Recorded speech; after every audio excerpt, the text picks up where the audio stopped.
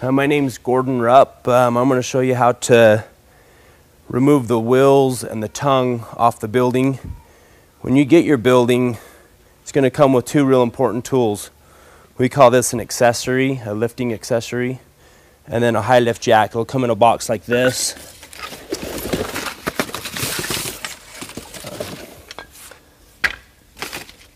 To work the jack, this lever here, when it's in that down position, it allows you to lower it. Or if you want to raise your building, you pull up on it. It's kind of how that jack works. This tool is what allows you to lift the back end of the building.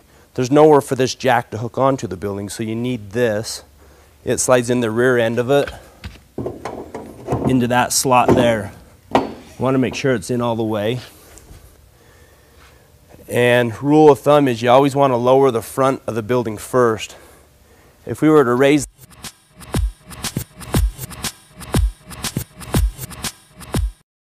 the back end, that whole building would be balancing on this front wheel. So if we lower the front, it'll have the building, the width of the building, keeping it stable. Another thing you want to watch for is you never want the high lift jack to be here. In order to lower this building, we got to spin this wheel, and I'll show you how to do it. So you always want to jack it from the opposite side of this jack. If you notice, I pulled up on it. At this point, I can raise it and get it to where I need it. And you always kind of want two people when you're doing this job. One to jack and the other one to remove the wheels and spin the other jack. We'll have Andrew jack it. We usually will only go up like 2 notches. I mean, that's high enough right there. 1 notch is oodles. It's always best to keep the building as low as you can get it. At this point, if you notice, I put the handle here. I rotate this wheel just so they're out of the way when we lower it on the ground. He'll kick this lever down. Now it's in the position to go down. As you notice, he's bringing it down. He's holding on to everything. It's real important to just keep a tight handle or hand on the jack. Keep it stable. If you were to let go of this handle, it could go all by itself.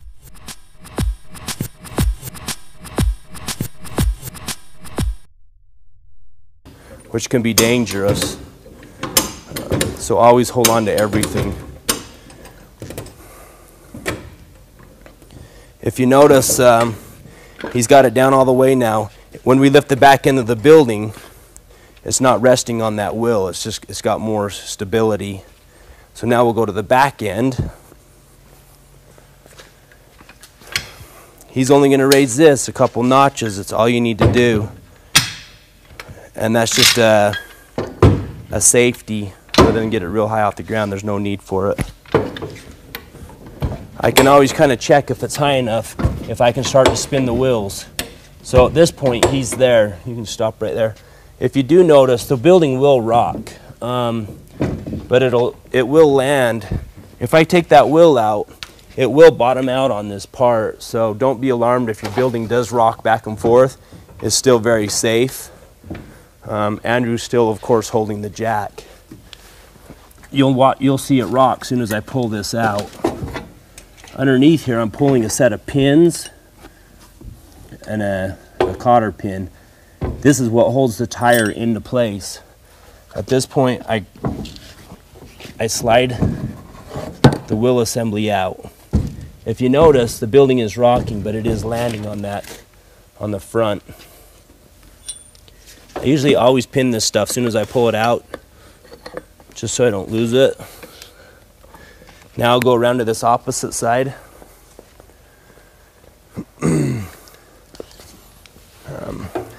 If you notice, I'm back under here. I'm pulling the pin.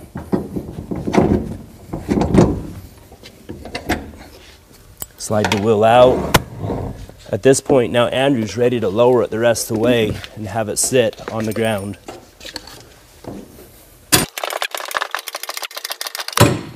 Once he's got that all the way lowered, this will slide right out, but we still have that tongue in the front that we need to remove. It's held on the same way, it's just we use a large pin to hold it in place. You just slide that out, grab it, and this will just slip right on out. Now if we wanted to put the wheels back on, first thing we do is slide this into place. If we were to lift up the back end first, there would be such an angle on this that I couldn't get this in there. So you always want to put the tongue in first.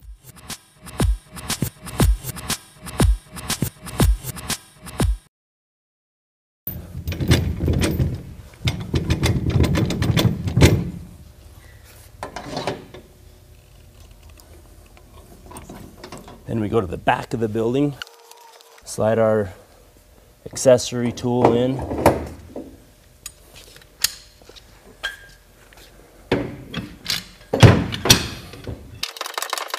At this point, I'll step up and try to put this tire in, just so I know when he's high enough I can tell him to stop.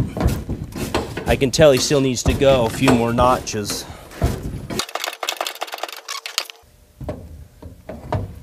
At this point, I slide the wheel in,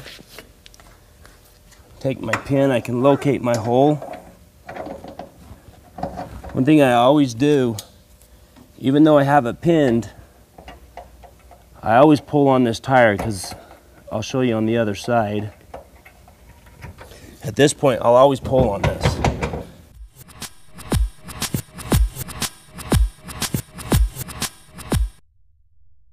Make sure that I did run the pin through this axle. So if we come around here, you'll notice that this hole is pretty close to the end. It's really easy for me to pin it. Let's say I thought I had it slid in far enough. I slide it through that axle and I actually missed the hole, but it feels pinned. That's why I pull on it. The wheels always track. If you notice, I could have put it in this way or reverse. You always want it to track kind of like a motorcycle, on like the swing arm on a bike. You always want the wheels at its furthest point back. At this point, I shove the pin through.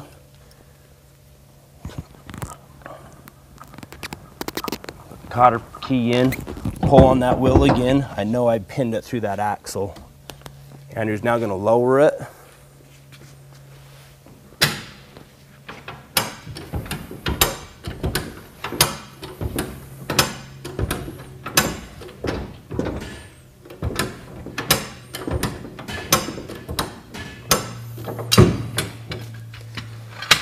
Now we want to go around to the front and raise it up so you can roll it around or hook it on a vehicle.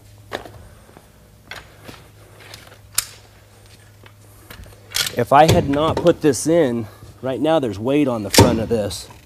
So you always want to make sure you put this tongue assembly in. There's no way that if I'd raised the back end first, I could slide this in, the angle changes. So always remember to put this in first. I like to, at this point, instantly start spinning this wheel. He'll know when it's high enough rather than over jack it too high.